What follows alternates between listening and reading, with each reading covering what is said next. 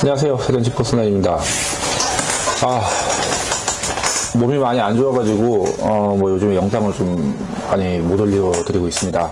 이런 양해 부탁드리고요. 제 유튜브 채널은 다른 전문 유튜버들처럼 어떤 콘텐츠가 다양하지는 못하고 자동차라는 단일 하나의 아이템으로 좀 구성이 되어 있기 때문에 또 아이템이 그렇게 많을 수가 없죠. 그래서 너무 이렇게 홍보를 하거나 이런 목적으로도 활용을 하긴 하지만 좀 정확한 정보 위주로 좀 올려드리려고 하다 보니 또 그 다음에 저희가 이제 실적으로 생업을 하면서 중간중간에 이거는 좀 올려드릴 만한 내용이겠다는 것들을 선별을 해서 올려드리기 때문에 조금 시간이 안 되는 경우도 많이 있어요. 또 바쁘니까. 자, 근데 오늘은 제가 이렇게 좀 해드리게 된, 잠시만요. 자, 오늘 이렇게 좀 영상을 하나 개별적으로 측정하게 된 이유가 있습니다. 제 유튜브 채널을 보시다 보면은, 지퍼렉스턴 접지에 관해서 조회수 약 6,000건이 올라와 있는 거에 댓글이 엄청나게 주거니 받거니 한 게 있어요. 김희곤이라는 분이 제가 올린 영상에 대해서 당신은 전기에 대한 기초 지식도 없는 사람이 이런 영상을 올리면 안 된다라고 댓글을 달아서 제가 그에 대해서 반박 성향과 왜 당신이 그런 말을 했는지 대해서 물어보고, 그 다음에 그거에 대해서 그 김희곤이라는 분이 한계점을 저는 좀 보이더라고요. 그분이 분명히 제가 봤을 때는 어떤 이쪽 관련 계통의 종사자 아니면 전기계통, 일반 전기계통의 종사자 아니면 전공자겠구나라고 생각했는데 그게 맞는 것 같고요. 그분이 하여튼 당신이 말한 이론은 말이 안 된다라고 얘기를 했어요. 쉽게 말해서 처음에 이제 이 어떤 그 논쟁의 주제가 된 게 그러니까 전류의 흐름에 관해서가 문제가 됐거든요. 우리는 전류가 플러스에서 마이너스를 흐른다고 얘기를 합니다. 이 말이 맞아요. 하지만 김희곤이라는 분이 전류는 마이너스에서 원래 거꾸로 플러스를 흐르는 거다. 이 말도 맞습니다. 왜 그러냐? 전류의 흐름은 전자의 이동과 관련이 있어요. 양공과 음공이 있는데 마이너스의 전자가 마이너스 전자가 음공이 양공으로 이동을 하면서 실질적으로 전류가 그렇게 이동을 하게 되는 게 원리 원칙적인 이론상으로는 맞는 얘기인데, 실질적으로 전자가 발견되기 전에 전기와 전류라는 것을 먼저 개발한 학자들이 전류는 플러스에서 마이너스로 이동한다는 어떤 기준을 세워서 모든 계측 장비나 측정 방식이 그쪽으로 개발이 되고 그쪽으로 발달을 해 있죠. 그러다 보니 실질적으로 우리가 어떤 계측을 할 때는 분명히 플러스에서 마이너스로 가는 방향으로 전류의 흐름 방향을 잡고 측정을 해야 모든 것이 측정이 됩니다. 근데 여기서 하나가 허점이 뭐가 있냐면, 제가 이 내용 때문에 어떤 분의 그 유튜브 채널을 잠깐 참고를 했는데, 그리고 실질적으로 전기전자공학 박사님에게 하고 직접 통화를 해서, 물론 제가 저희 지도 교수님이셨어요. 그 박사님하고 통화를 해서 이 부분에 대해서도 제가 의견을 좀 여쭤보고, 제가 아는 이론과 제가 배운 내용이 틀린가 했는데 두 개 다 맞다는 어떤 그런 답변을 제가 받았습니다. 그러니까 우리가 원론적으로 책에서 배우는 내용은 전자의 이동은 곧 전류의 흐름이다, 이런 내용을 얘기를 해요. 그렇지만 그거는 음전자에서 바라봤을 때의 기준이고, 우리가 측정하는 기준은 양전자를 기준으로 잡는 거기 때문에 실질적으로 이렇게 해도 틀린 말이 아니고 실제로 그렇게 발달이 해왔고, 그래서 두 개 다 맞는 얘기다라는, 그게 정답입니다. 하여튼 그런 논쟁이 하나가 있었고, 또 하나 이 영상을 찍게 된 주된 이유이기도 한데요. 바로 자동차 접지를 왜 하는가와 그 안에서 제가 항상 얘기하는 선간전압과 저항의 관계가 문제가 있습니다. 자, 우리는 제가 지금 아직 영업을 하면서 지금 찍고 있다 보니 좀 양해 부탁드리고요. 우리는 일반 전기에서 플러스와 마이너스의 관계와 자동차라는 어떤 하나의 틀에서 플러스와 마이너스의 관계를 다르게 바라볼 필요가 있습니다. 그 이유는 일반적인 전기에서 마이너스가 뭘까요? 마이너스는 말 그대로 어스예요. 어스가 뭡니까?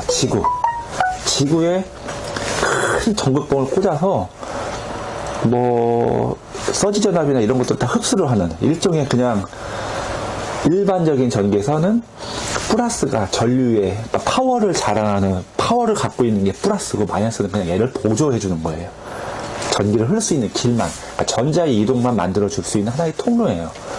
좀 제 표현이 뭐 또 이거를 전공하신 분들과 약간 표현이 이제 하는 게 안 맞을 수 있겠지만 저는 이렇게 좀 표현을 해드릴게요. 제가 쉽게 좀 이해를 시켜드려야 되니까 이거 갖고 또 태클 걸지 마세요. 예, 다 아는 내용들, 서로 다 아는 내용이잖아요. 그쵸? 자, 근데 자동차에서는 틀려요. 자동차에서는 이 플러스라는 게 파워를 갖고 있는 힘을 움직이는 거긴 사실이지만 실질적으로 얘의 힘을 컨트롤할 수 있는 거는 마이너스를 컨트롤합니다. 제가 몸이 안 좋아가지고. 자, 어떤 개념이냐. 그냥 우리는 차단기를 올리면 일반 전기에서 분전방에 차단기를 올리면 플러스에서 마이너스 전기가 계속 흐르죠. 네. 전기가 전압이 흐릅니다. 전압. 이게 정확한 표현이에요. 전압이 움직입니다. 전압이 인가가 되는 거죠. 근데 자동차에서는 플러스는 스탠바이 역할을 하고 있어요. 항상 와 있어요. 컴퓨터에도 와 있고, 센서에도 와 있고, 작동기에도 와 있고. 그리고 얘를 컨트롤하는 게 대부분 좀 이해를, 배터리 마이너스 아니냐, 이렇게 얘기하시겠지만, 배터리 마이너스가 아니에요.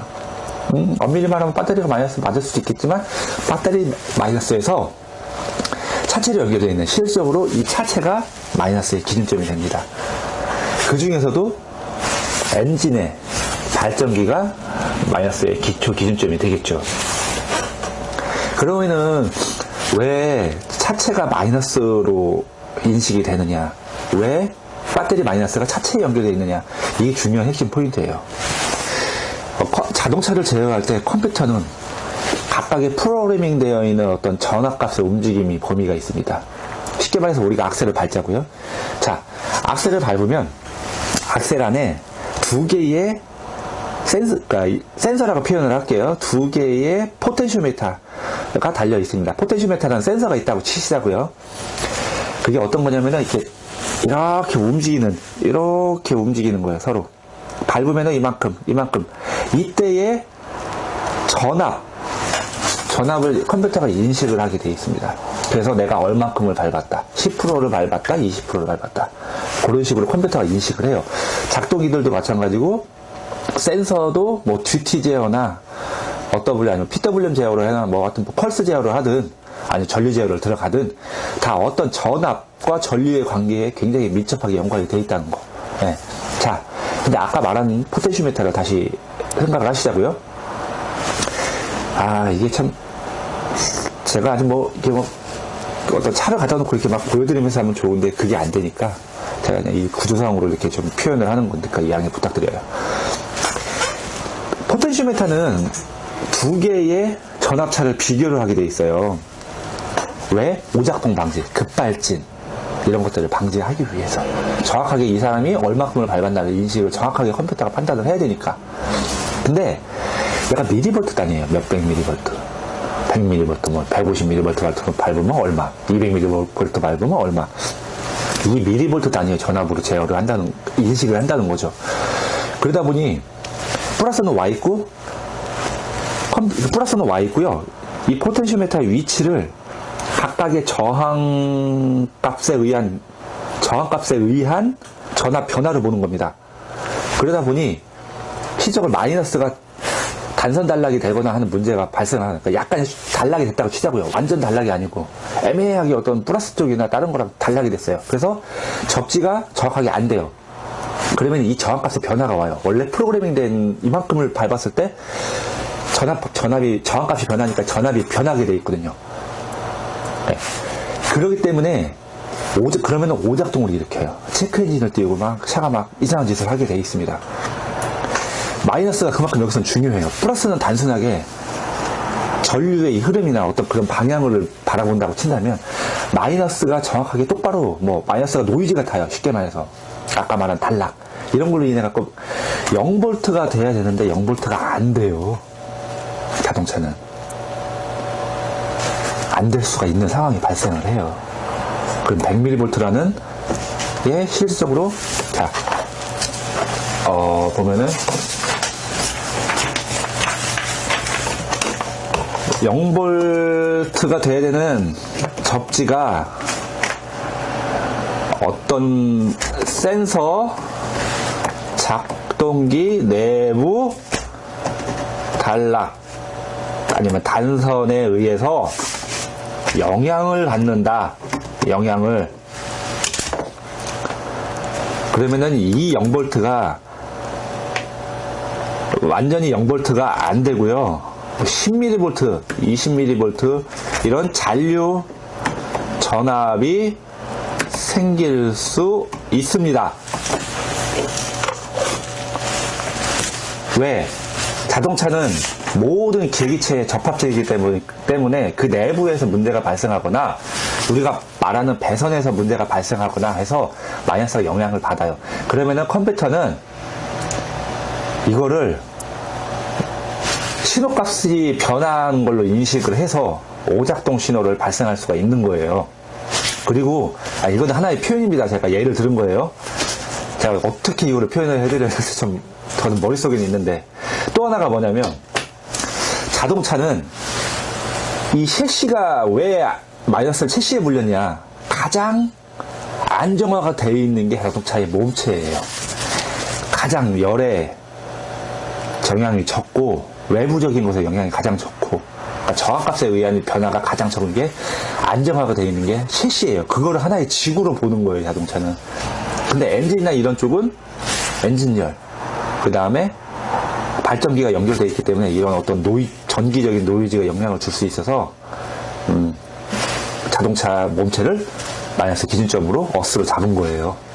어스라는 말이 좀 그렇긴 한데 자동차에서는. 근데 보세요. 자동차 셰시도 어떻게 보면 여러 개의 모듈을 접합한 접합체예요. 그쵸?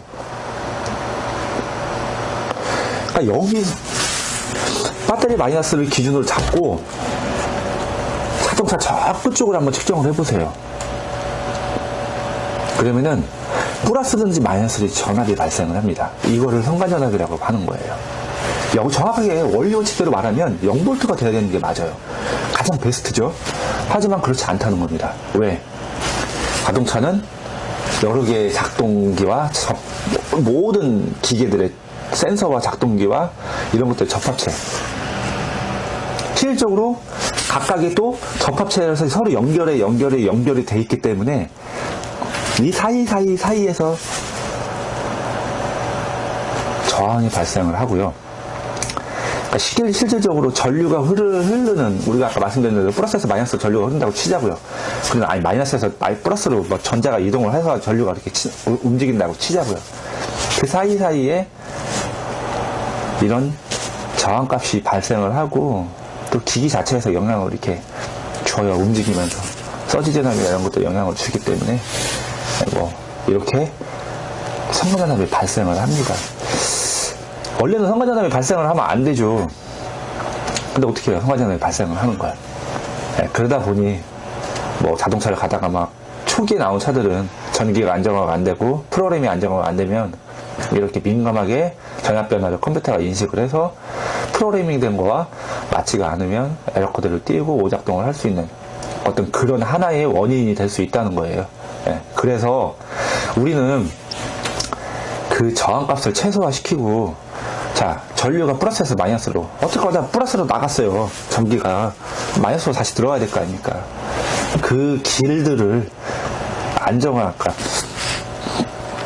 어느 한쪽으로 치우치지 않고 골고루 편중되게 해서 측정을 해서 서로 간의 전압 범위가 거의 0V에 가깝게 제어가 될 수 있게끔 편차가 적지 않게끔 만들어주는 게 접지라는 우리가 말하는 자동차의 접지라는 개념입니다.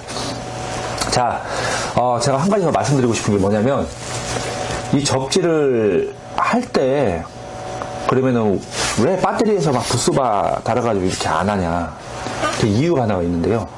이거는 물의 흐름의 원리. 우리가 전기를 공부할 때 어떤 배관에 물이 흐르는데 중간에 배관이 좁아지면 이걸 저항이라고 본다고 아마 그렇게 다들 배우셨을 거예요. 그때 쉽게 말하면은 이 저항이 존재를 해요. 이 저항의 원인을 찾기가 힘들거나 아니면 자체적으로 발생할 수 있는 저항이라고 치자고요. 그럼 이거를 우회도로를 만들어주면 되겠죠? 이쪽으로 이렇게. 근데 그런 수로가 굉장히 많아요. 이 수로는 이쪽으로 가고, 이 수로는 이쪽으로 가고, 이런 수로가 많이 있는데, 이 수로를 간소상의 배터리 방향에서 이렇게 하나로 이렇게, 하나의 수로로 다 연결을 하자고 치자고요. 메인 수로로. 그럼 어떻게 되겠어요? 일로 넘어가야 되는 전기가, 전류의 흐름이 바뀔 수도 있다는 거죠. 아니면은 이쪽 수로로 이거 참 설명하기가 좀 어렵네. 수로가 이렇게 여러 가지가 있어요. 그리고 여기 메인 수로가 이렇게 있어요. 여기가 이렇게 가다가 좁아졌어요. 막혔어요. 그러니까 저항 아래에요. 그러면 원래는 가던 길을 이렇게 연결을 해줘갖고 이 라인을 쓰게끔 해주는 게 맞는 거죠. 그래서 메인 수로에 이렇게 연결을 하게. 네, 이렇게 메인 수로에 연결을 하게 맞는 건데, 실질적으로 우리가 접지를 잘못하게 한다는 내용이 뭐냐면, 이렇게 많은 수로가 있는데 여기를 하나 기준으로 다 이렇게 연결을 해버리는 거예요. 이렇게. 그러면은 가던 이 중간에서 어디 따쓰는 데도 있을 거 아니에요. 물을. 그럼 여기는 어떻게 되겠어요? 수압이 낮아지겠죠. 네. 메인 수로와 얘 관계는 변화가 없겠지만 이 중간에서는 그러니까 이렇게 연결을 안 해주고 그냥 바로 다이렉트를 꽂아버리면 이 후단, 이 중간에서는 수압이 낮아지는, 즉 전류나 전압의 변화가 생길 수 있다는 거를 말씀드리고 싶은 겁니다. 뭐 제가 전기구 전자공학 전공자는 아니에요. 저는 기계화학 경영학 전공자인데 실질적으로 제가 이렇게 더 전문 전공을 하신 분들만큼 제가 설명을 못 하긴 하지만 어쨌거나 이 이론은 자동차에 적용이 된다는 거예요. 우리가 바라보는 시각은 그렇다는 겁니다. 실제로 우리가 이런 교육을 받으면서 이런 내용을 전달을 받을 때도 내가 이런 방법으로 전달을 받아요. 왜? 이해가 쉽기 때문에. 즉 접지를 여기서 막 여러 군데를 분발해서 분배를 한다고, 제가 전류를 안정화시킨다고 하는 게 바로 이 수압과 전기의 사용량을 일정하게 서로 엔진, 차체, 미션 이런 쪽을 다 균일하게 맞춰주는 거예요. 그러니까 전기를 어디가나 일정한 수압이 흐를 수 있게. 네.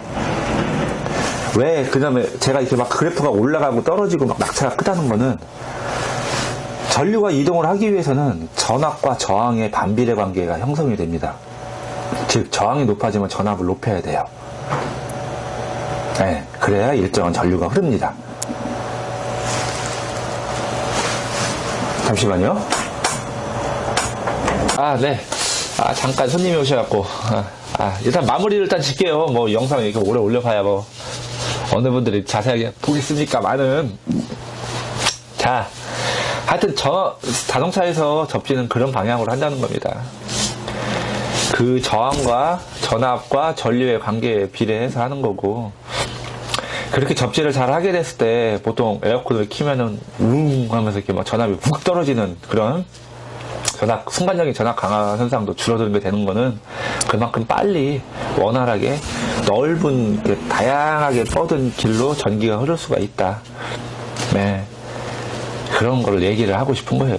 뭐 또 이게 원리에 뭐 안 맞네, 이론에 안 맞네 이런 얘기 하실 분이 있으시면은 그냥 딴 데 가시고, 이거는 우리 세계에서 쉽게 표현을 하기 위해 이런 방향으로 제가 말씀드린다는 거 다시 한번 좀 말씀드립니다. 하여튼 자동차 전기는 일반 가정용 전기랑 좀 틀립니다. 제어 기반이기 때문에 틀려요. 그리고 마이너스가 많은 역할을 하고 있기 때문에 틀립니다. 여러분들은 그런 것들을 좀 알고선 접지를 하시고, 또 이런 태클 좀 안 걸렸으면 좋겠어요. 좀 말도 안 되는, 결국에는 뭐 서로 간에 그냥 얘기하고서 끝났지만, 누가 맞고 누가 틀리냐가 중요한 게 아니에요. 누가 그만큼 더 이해를 잘 하느냐가 중요한 거 아닌가 생각합니다. 하여튼 오늘 제가 지금 자동차와 관련되어 있지만 이렇게 하나에 겪었던 에피소드를 접지라는 어떤 한 큰 타이틀 아래 발생한 에피소드 이렇게 좀 제가 설명을 드리고자 촬영을 했습니다.